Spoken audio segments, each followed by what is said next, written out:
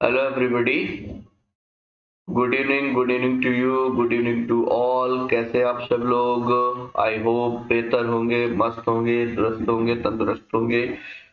और हम mock test की सीरीज कर रहे हैं लगातार। एयरफोर्स के जो भी एस्पिरेंट हैं वो लोग ध्यान दें, ये मॉक टेस्ट की सीरीज लगातार चल रही है आपकी। और आज मॉक टेस्ट नंबर 5 है। इसके पहले 4 मॉक टेस्ट हम लोग ऑलरेडी डिस्कस कर चुके हैं। किसी भी टाइप के इंडिविजुअल बैचेस के लिए आप हमें ज्वाइन कर सकते हैं ऑनलाइन ऑफलाइन मोड पे। एनडीए, एयरफोर्स, सीडीएस, एसएससी से रिलेटेड कोई बैच जो भी आप ज्वाइन करना चाहते हैं इंग्लिश के लिए ज्वाइन कर सकते हैं। अब देखते हैं हम लोग मॉक टेस्ट 5 में, और इसमें देखिएगा आपको बहुत कुछ सीखने को मिलेगा इन मॉक टेस्ट के माध्यम से। तो आइए हम स्टार्ट करते हैं अपना मॉक टेस्ट। और नंबर जरूर बताया करिए शुरू में, अगर कम भी हो रहे हैं, बेहतर नहीं आ रहे हैं तो परेशान होने की जरूरत नहीं है। आप लोग लगातार कंटिन्यूसली लगे रहे, ठीक है। मार्किंग ऑटोमेटिक सुधर जाएगी, पहले आप लर्निंग की तरफ ध्यान दें, पहले आप सीखने की कोशिश करें, ठीक है। चलिए, तो गाइज हम लोग स्टार्ट करते हैं आज का सेशन। और आज के सेशन में हम यहाँ पर डिस्कस करने वाले हैं मॉक टेस्ट 5, ठीक है। तो ये 5वां मॉक टेस्ट है। जो भी बच्चे पहली बार ज्वाइन कर रहे हैं, ठीक है, तो वो लोग समझ लें ये 5th मॉक टेस्ट नंबर 5 है। और इस मॉक टेस्ट में हम लोग और आगे के क्वेश्चन डिस्कस करने वाले। 4 इसके पहले हो चुके हैं, जिन लोगों ने नहीं देखा तो वो लोग पहले उनको देख सकते हैं। चलिए पहले क्वेश्चन से स्टार्ट करते हैं गाइस। पहला क्वेश्चन लिख रहा है आपका द बुक, यहाँ पर लिख रहा है FIB, और यहाँ पर लिख रहा है book you ordered has been delivered, ठीक है। अब यहाँ पर आप कैसे कह रहे हैं fill in the blank with an article. इसमें ऑप्शन नहीं है, ऑप्शन लिखना चाहो तो आप लिख सकते हो ए एन द या फिर नो आर्टिकल, ठीक है। तो यहाँ पर क्या कह रहा है, जो बुक तुमने ऑर्डर की थी वो डिलीवर हो चुकी है। तो इसका मतलब यहाँ पर जो बुक है उसके बारे में इंफॉर्मेशन है। कौन सी बुक डिलीवर हो चुकी है? जो बुक आपने ऑर्डर की थी। तो इसका मतलब यहाँ पर हम लिखेंगे द बुक। राइट आंसर यहाँ पर क्या हो जाएगा? The book. और द क्यों लगा रहे हो? क्योंकि बुक के बारे में ऑलरेडी आपके पास एक इंफॉर्मेशन दी जा चुकी है, ठीक है। और क्योंकि बुक के बारे में इंफॉर्मेशन है तो आप बुक के पहले आर्टिकल इंक्लूड करोगे, वो आर्टिकल होगा हमारा द। तो देखिएगा, अब फिर से समझिएगा, कह रहा है has been delivered, book has been delivered. अगर इतना केवल लिखता तो आपको यहाँ पर इंडेफिनिट आर्टिकल लगाना पड़ता, क्योंकि आपके पास इंफॉर्मेशन की कमी हो जाती। लेकिन उसने लिखा यू ऑर्डर, जो आपने ऑर्डर की थी। कौन सी बुक डिलीवर हो गई है? जो आपने ऑर्डर की थी, इस वजह से आर्टिकल था आएगा। चलिए पहला क्वेश्चन क्लियर है आपके गाइस। सेकंड क्वेश्चन में आते हैं। ये देखिए बिल्कुल आसान सा, ठीक है, बच्चों वाला क्वेश्चन है। क्या क्या कह रहा है इसमें? कह रहा है identify the tense of the given sentence. इस सेंटेंस में आपको करना क्या है? टेंस को आइडेंटिफाई करना है। कह रहा है विमल हेल्प द ओल्ड लेडी। अब हेल्प क्या है? ये सर वर्ब की सेकंड फॉर्म है। और सर वर्ब की सेकंड फॉर्म केवल पूरी इंग्लिश ग्रामर में एक जगह आप यूज करते हो, वो है हमारा कौन सा? पास्ट का। कौन सा बताए सर? ये इंडेफिनिट टेंस है। पास्ट का कौन सा टेंस जिसमें हम इंडेफिनिट की बात करते हैं? तो पास्ट के इंडेफिनिट टेंस की अगर हम बात करें, ठीक है, तो उसके साथ हम क्या करते हैं? वर्ब की सेकंड फॉर्म का यूज करते हैं। वर्ब की सेकंड फॉर्म का यूज करते हैं, ठीक है। Got it? समझ आ रही बात भाई? तो ये हो जाएगा विमल हेल्प्ड। हेल्प्ड से पता चलेगा आपको इसमें पास्ट इंडेफिनिट टेंस है। चलिए, तो सेकंड क्वेश्चन क्लियर हो गया। Now move to third question. यहाँ पर भी देखिए अगेन आर्टिकल का क्वेश्चन है। कई बच्चे गलत करते हैं, बिल्कुल आसान आसान से क्वेश्चन में गड़बड़ करते हैं। कह रहा है जो picked up umbrella from the stand, ठीक है, जो ने क्या किया? अम्ब्रेला को कहां से? स्टैंड से, ठीक है। तो अम्ब्रेला के पहले आपको आर्टिकल फिल करना है। आल लगा नहीं पाओगे, ठीक है, क्योंकि साउंड यहाँ पर अम्ब्रेला में आ का साउंड है, और जब भी वॉवल का साउंड होता है तो हम क्या करते हैं? एन का यूज करते हैं। तो right answer will be an. यहाँ पर जो सही आंसर होगा वो क्या होगा? हमारा एन, ना कि आ। थर्ड क्लियर हो गया गाइस? बहुत सही, बहुत बढ़िया, ठीक है। चलिए आप लोग कमेंट करते जाइए, जो भी आप क्वेश्चन का आंसर जानते हैं, नहीं जानते हैं, अगर कहीं दिक्कत है तो वो भी डिस्कस कर लेंगे, लेकिन फिलहाल कोशिश करिए, अपने एंड से कोशिश करिए कि आप इन क्वेश्चंस के सही जवाब दे सके। ठीक है, चलिए क्वेश्चन नंबर 3 पे आते हैं गाइस, और 4th पे आते हैं। और ये क्वेश्चन देखिएगा बिल्कुल आसान सा क्वेश्चन है, और पहले भी ये लॉजिक में बता चुका हूँ। क्वेश्चन को अगर ध्यान से पढ़ेंगे तो कह रहा है मुन्नी इज गुड म्यूजिक, और ये बात आप अच्छी तरीके से जानते हो कि जब भी कहीं पर हम गुड ऑब्लिक बैड, ठीक है, लगाते हैं तो इसके साथ प्रपोजिशन जो आता है वो प्रपोजिशन आता है आपका एट। गुड या बैड के साथ कहीं पर लगाओगे तो प्रपोजिशन कौन सा लगेगा सर? एट लगेगा। बच्चे इसमें इन लगाते हैं ज्यादातर, जो कि गड़बड़ हो जाता है। तो right answer Munni is good at music. ठीक है, right answer will B D option आपका सही होगा। ठीक है, चलिए 4th के बाद आते हैं 5 में। आप देखिए 5 क्वेश्चन जरा करने की कोशिश करिए, मैं आप सभी लोगों का कमेंट ले पा रहा हूँ, आप लोग आंसर करते रहे इमीडिएट। ठीक है, चलिए आई मस्ट बी फैथफुल यू। ठीक है, और देखिएगा यहाँ पर क्या कहता है। ठीक, जैसे एक पहले तो ये बात आप समझ लीजिएगा, जैसे अगर आप कहीं पर बिलीव लिख रहे हो, BLIEVE बिलीव है, जैसे दूसरा वर्ड आपका ट्रस्ट है। ठीक है, तीसरा वर्ड आपका फेथ है, बिलीव ट्रस्ट फेथ, तो इसके साथ लगाया करो सर प्रपोजिशन इन तीनों के साथ प्रपोजिशन इन, ये बिल्कुल फिक्स है। ठीक है, लेकिन यहाँ पर लिख रहा है फैथफुल, तो फेथ के साथ तो इन लग जाता, बिलीव के साथ इन लग जाता, ट्रस्ट के साथ इन लग जाता, लेकिन फैथफुल के साथ हम लगाएंगे टू। ठीक है, तो right answer will be to.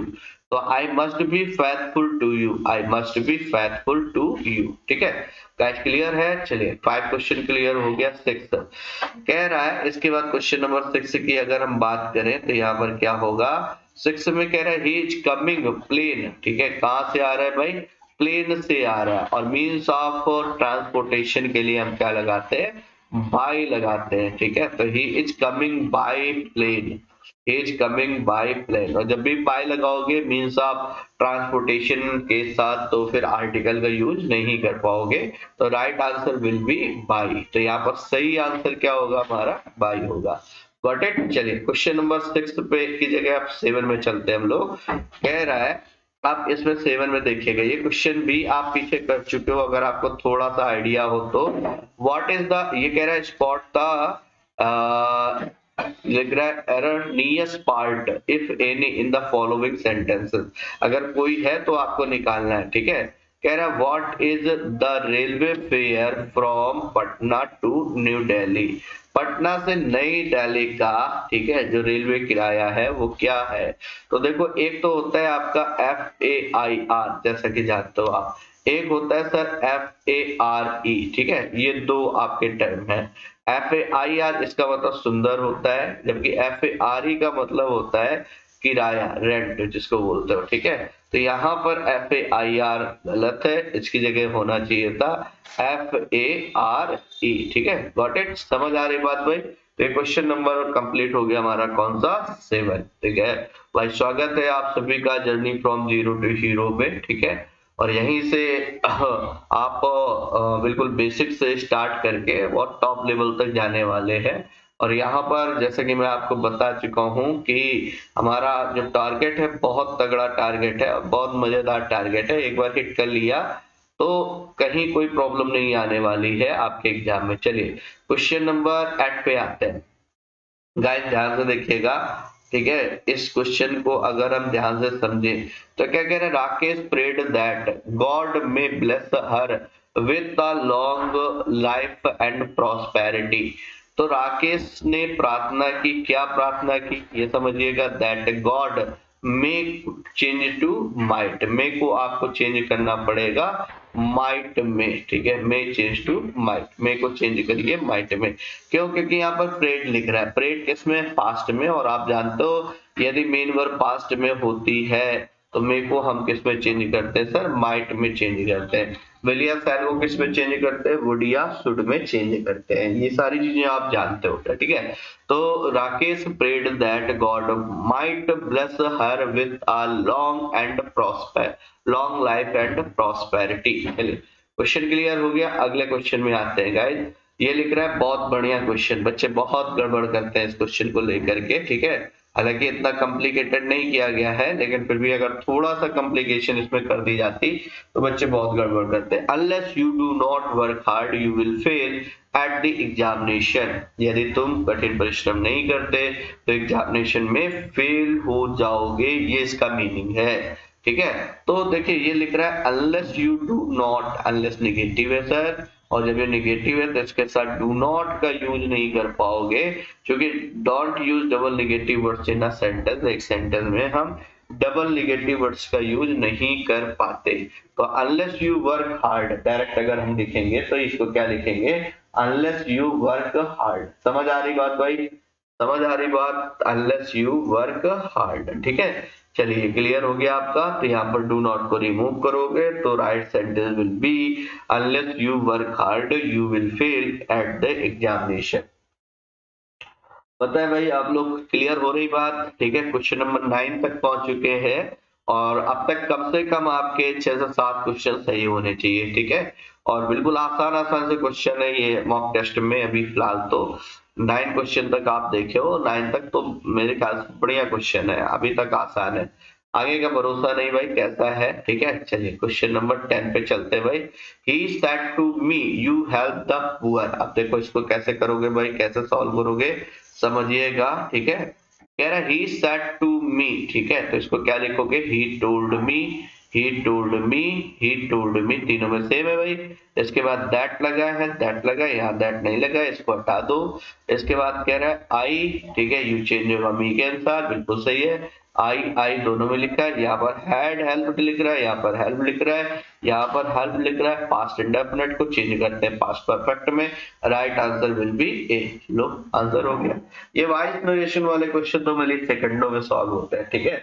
आप गर्दा उड़ा दोगे अगर वॉइस नरेशन के क्वेश्चन मिल गए तो देन देयर मिली सेकंडों में सॉल्व हो गए, ठीक है। चलिए अगले क्वेश्चन में आते हैं गाइस। क्वेश्चन नंबर 11, ये बढ़िया क्वेश्चन है, ठीक है। इसको बच्चे ज्यादातर गड़बड़ करेंगे और इसको थोड़ा ध्यान से समझिएगा, ठीक है। क्या देखो क्वेश्चन लिख रहा है, कह रहा है कि इस क्वेश्चन में अगर आप थोड़ा सा ध्यान दें, Ram went to school to read, ठीक है। अच्छा, Ram went to school to read, Ram school गया क्या के लिए, पढ़ने के लिए, है ना। अब देखो अगर आप इतनी बात जानते हो कि टू रीड है क्या, तो ये सेंटेंस का पैसिव बनाना आपके लिए बहुत आसान है, ठीक है। To read, to plus verb की फर्स्ट फॉर्म। सर ये क्या होता है, ये इन्फिनिटिव होता है सर। ये क्या होता है सर, इन्फिनिटिव होता है, इन्फिनिटिव होता है। और इन्फिनिटिव का मतलब जानते हो आप, टू प्लस वर्ब की फर्स्ट फॉर्म। और इसी को अगर हम लिखें to plus be plus verb की थर्ड फॉर्म, तो इसी को बोलेंगे इन्फिनिटिव का पैसिव। ये इन्फिनिटिव का एक्टिव है ऊपर वाला और ये इन्फिनिटिव का पैसिव है। तो कभी अगर इन्फिनिटिव का पैसिव बनाने की जरूरत पड़े तो आप क्या करोगे, टू के साथ बी लगाओगे और वर्ब की थर्ड फॉर्म का यूज करोगे। तो यहाँ पर सही आंसर क्या होगा, Ram went to school to be read, Ram went to school to be read, ये सही आंसर होगा। Ram went to school to be read. But it समझ आ रही बात भाई, क्लियर है, ओके, बहुत अच्छी बात। तो ये आपका क्लियर हो गया, कौन सा 11 का right answer will be B. सही आंसर कौन सा होगा आपका, बी होगा। चलिए क्वेश्चन नंबर 12 पे आते हैं गाइस। 12 वाला समझिएगा, ठीक है। 12 पे क्या सॉल्व करूं, 12 को किस तरीके से सॉल्व करोगे तो अगले क्वेश्चन देखिएगा। नेक्स्ट क्वेश्चन है आपका 12, बहुत बढ़िया क्वेश्चन, माइंड ब्लोइंग क्वेश्चन, और जो नहीं पढ़े होंगे उस क्वेश्चन को जरूर गड़बड़ करेंगे। तो इस क्वेश्चन के लिए तो सबसे पहले आपको जरूरी है ये जान लेना कि सर एक वर्ब होती है डील, और डील के साथ हम क्या करते हैं, दो टाइप के प्रपोजिशन का यूज करते हैं, deal with and deal in. Deal के साथ दो टाइप के प्रपोजिशन यूज करते हैं sir, deal with, deal on, ठीक है, डील इन। विथ और इन में अंतर क्या है, विथ यूज करते हैं सर somebody के लिए, इन यूज करते हैं सर समथिंग के लिए। तो ये दोनों बातें भी क्लियर हो गई। अगर व्यक्ति की बात करेगा तो विथ लगाओगे, अगर थिंग की बात करें तो इन लगाओगे, ठीक है। अब इस सेंटेंस में आपको देखना पड़ेगा कि आप यूज क्या कर रहे हो। जैसे ये लिख रहा है ही डील्स, और यहाँ पर बात कर रहा है टी की, ठीक है, किसकी बात कर रहा है, टी की। और टी क्या है, समथिंग है, समथिंग है, तो right answer will be B. सही आंसर क्या हो जाएगा यहाँ पर, हमारा बी हो जाएगा। Got it? समझ आ रही बात भाई? चलो क्वेश्चन नंबर 12 क्लियर हो गया। क्वेश्चन नंबर 13 में आते हैं। देखिए 13 क्वेश्चन ये आपके अंडरस्टैंडिंग को जज करेगा, ठीक है, कि आप आपके अंदर कितनी बेहतर अंडरस्टैंडिंग है उस चीज को ये टेस्ट कर लेगा। और क्वेश्चन को ध्यान से पढ़िए, क्वेश्चन में भी आंसर छिपा हुआ है। Although the two sisters are twins, है ना, दो सिस्टर्स जो है ट्विंस है। ट्विंस का मतलब आप जानते हो, जुड़वा, है ना। दे लुक समवॉट, फिर भी वो कैसे दिखाई दे पड़ती हैं ये आपको देखो। जब भी आप आल्दो लगाओ तो हमें कंट्राडिक्शन वाला स्टेटमेंट ही हम लिखते हैं। कंट्राडिक्टरी स्टेटमेंट का समझ पा रहे बात? इसका मतलब है जस्ट अपोजिट। आप कोई ट्विंस है तो वो सेम दिखाई देनी चाहिए, है ना। इसका मतलब है वो डिफरेंट नहीं दिखाई देनी चाहिए, ठीक। इसका मतलब है कि यद्यपि ट्विंस है तो इसके बाद अपोजिट बात लिखोगे, इसका मतलब फिर भी वो डिफरेंट दिखाई पड़ती है, ठीक है। दे लुक समवॉट डिफरेंट, ठीक है। Got it? Question number 13 clear हो गया आपका। अब ये छोटे छोटे टर्म आपको पता होने चाहिए कि भाई आल्दो का फंक्शन क्या है, बट का फंक्शन क्या है, एंड का फंक्शन क्या है, ठीक है। आल्दो जो होता है दो हमेशा कंट्राडिक्टरी स्टेटमेंट को कनेक्ट करेगा, ठीक है, जबकि जो आपका बट होगा वो भी कंट्राडिक्टरी स्टेटमेंट को ज्वाइन करेगा, जबकि एंड दो सिमिलर स्टेटमेंट को कनेक्ट करेगा। ये बातें आपको क्लियर होनी चाहिए। क्वेश्चन नंबर 14 गाइस, देखो जरा ध्यान से देखोगे, क्वेश्चन नंबर 14 और 14 में आपसे क्या कह रहा है, कह रहा है she is honour to her country. तो ऑनर में साउंड किसका है, ये देखो जरा, ऑनर में आ का साउंड है, और जब भी आ का साउंड होगा तो हम क्या लगाएंगे, एन। वहां पर आ का यूज नहीं कर पाएंगे, तो right answer will be an. क्या करोगे, यहाँ पर सही आंसर होगा आपका एन। 14 clear guys? आ जाओ 15 में। 15 क्या कह रहा है, बिल्कुल आसान प्रपोजिशन का क्वेश्चन है, बिल्कुल आसान क्वेश्चन है, बड़े आसानी से सॉल्व करो। द मॉनिटर टेक्स केयर, ठीक है। द क्लास, मॉनिटर क्या करता है भाई, देखभाल करता है। किसकी देखभाल करता है, क्लास की, है ना। और जब भी का की के का मीनिंग होता है तो बेहतर होता है कि हम क्या लगा ले, ऑफ लगा ले, है ना। किसकी देखभाल करता है, और ये भी ना समझ आए तो आप ध्यान रखना, जब भी हुज का मीनिंग कन्वे करे तब हम क्या करेंगे, ऑफ लगाएंगे, ठीक है। द क्लास, और कब करता है, in the absence of the teacher, teacher की अनुपस्थिति में। Right answer will be B. सही आंसर कौन सा हो जाएगा, बी। 15 का सही आंसर हो जाएगा हमारा बी। चले इसके बाद आता है 16 का। 16 में क्या कह रहा है, इंक्लीमेंट का हमें बताना है most near meaning. Most near meaning मतलब सिनोनिमस वर्ड बताना है हमें, ठीक है। हमें इसमें क्या बताना है, मोस्ट नियर मीनिंग बताना है। और मोस्ट नियर मीनिंग का मतलब समझ रहे हो कि ये सिनोनिमस वर्ड पूछ रहा है ना। और जब सिनोनिमस वर्ड पूछ रहा है तो पहले इंक्रीमेंट का हमें अर्थ पता होना जरूरी है। इंक्रीमेंट का मतलब होता है किसी चीज को भड़काना, ठीक है, किसी चीज को भड़काना। ये थोड़ा निगेटिव कंटेक्स्ट वाला वर्ड है ना। तो यहाँ पर क्या होगा, सेल्फिश का मतलब कैसा होता है, स्वार्थी। काइंडली का मतलब कैसा होता है, दयालु।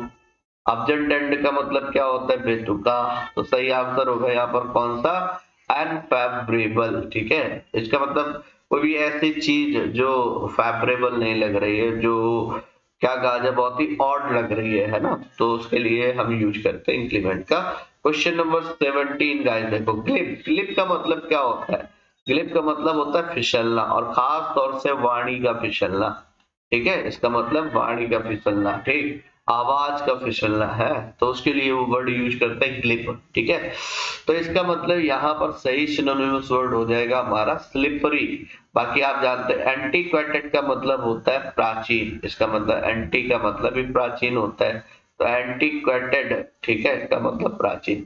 फैशनेबल जानते हो, आर्टिकुलेट, जो स्पष्ट बोले उसको आर्टिकुलेट बोलते हैं। तो राइट आंसर विल बी ए। 17 का जो सही आंसर, आप बिल्कुल सही आंसर कर रहे हो भाई। कोशिश करो मैक्सिमम आपके सही जाए क्वेश्चन, और क्वेश्चन सही जाने से अच्छा है कि आप उसमें सीखो। पहले तो आप सीखने के लिए टेस्ट दो। जो स्टार्टिंग के आप मॉक टेस्ट अटेंड कर रहे हो 20 से 25 मॉक टेस्ट, तो आपको केवल और केवल सीखने के लिए लगाने पड़ेंगे। और जो बच्चे सीखने के लिए शुरू के मॉक टेस्ट अटेंड करेंगे ना, उनका स्कोर बाद में बहुत तेजी से बूस्ट होगा, ठीक है। और जो शुरू से स्कोर के चक्कर में पड़ जाएंगे ना, तो उनके लिए समस्या हो जाएगी, ठीक। तो आप बेहतर है कि आप सीखने के लिए देखो इन चीजों को, ठीक है। आप पहले सीखने के लिए करो, कम से कम 20 से 25 मॉक टेस्ट। चलिए क्वेश्चन नंबर 18 पे आते हैं गाइस। कह रहा टर्न टू लेफ्ट। अब बड़ी अच्छी बात है यार, ये देखो जरा। अब इसका लॉजिक ज्यादातर मोस्ट ऑफ द टीचर्स नहीं बताते हैं, ठीक है। कि टर्न टू लेफ्ट क्या लगा है, आ लगा है, एल लगा है, दा लगा है। तो देखो एक बड़ी अच्छी बात बताता हूँ मैं आपको, ठीक है। यहाँ पर समझिएगा, जब भी हम बात करते हैं लेफ्ट की, राइट की, लेफ्ट हो गया, राइट हो गया, सेंटर की बात करते हैं, ठीक है। तो इनके साथ आप क्या किया करो, दा लगा करके लिखा करो, ठीक है। इनके साथ आर्टिकल दा का यूज करते हैं, तो right answer will be B. इसका जो सही आंसर होगा वो कौन सा हो जाएगा, बी। चलिए, हाँ बिल्कुल सही सुशील राजपूत जी, ठीक है। चलिए क्वेश्चन नंबर 19 का आंसर देखें जरा। 19 क्या कह रहा है भाई, इसको समझने की कोशिश करिएगा। क्वेश्चन नंबर 19, ठीक। कह रहा है एविडिटी का मतलब लालच होता है, लोभ होता है ना। इसका एंटोनिम बता रहे हैं। मोर एक्टिव का मतलब बहुत ज्यादा एक्टिव होना, ठीक है। केयरलेसनेस का मतलब लापरवाही हो जाएगी। ग्रीडी का मतलब लालच हो जाएगा। स्टुपिडिटी का मतलब मूर्खता हो जाएगा, ठीक है। तो फिलहाल अगर सिनोनिमस वर्ड पूछता तो ग्रीडी आता है। एंटोनिमस पूछ रहा है तो ज्यादा बेहतर होगा ये आपका केयरलेसनेस, ज्यादा बेहतर वर्ड है इसके लिए, ठीक है। चलिए 19 के बाद आता है 20। Give one word substitute. One word substitution का क्वेश्चन है। कह रहा है that which can not be approached और रीड। जहां पहुंचा ना जा सके उस प्लेस को हम क्या बोलते हैं, उस प्लेस को बोलते हैं इनएसेसिबल। जहां पहुंचा ना जा सके उसको बोलते हैं इनएसेसिबल। इम्प्रैक्टिकेबल इसका मतलब है जिसकी प्रैक्टिस ना की जा सके। इम्प्रॉबेबल असंभव। और इनक्यूरेबल जिसका इलाज ना किया जा सके। सब में देखो एक आपका निगेटिव प्रोफिक्स लगा हुआ है, I N, I M, I N, है ना। तो ये निगेटिव प्रोफिक्स लगे हुए हैं, ठीक है। तो इनक्यूरेबल जिसका इलाज ना किया जा सके, इम्प्रॉबेबल असंभव, इम्प्रैक्टिकेबल जिसकी प्रैक्टिस ना किया जा सके, इनएक्सेसिबल जहां पहुंचा ना जा सके, ठीक है। तो 20 क्वेश्चन कैसे थे एक बार कमेंट करके बताइएगा। तो ये आपका मॉक टेस्ट नंबर कौन सा हो गया सर, 5। अब अगले मॉक टेस्ट के साथ एक बार फिर से आपके साथ मिलूंगा, ठीक है। तब तक के लिए मेरे वीरों को, जवानों को जय हिंद।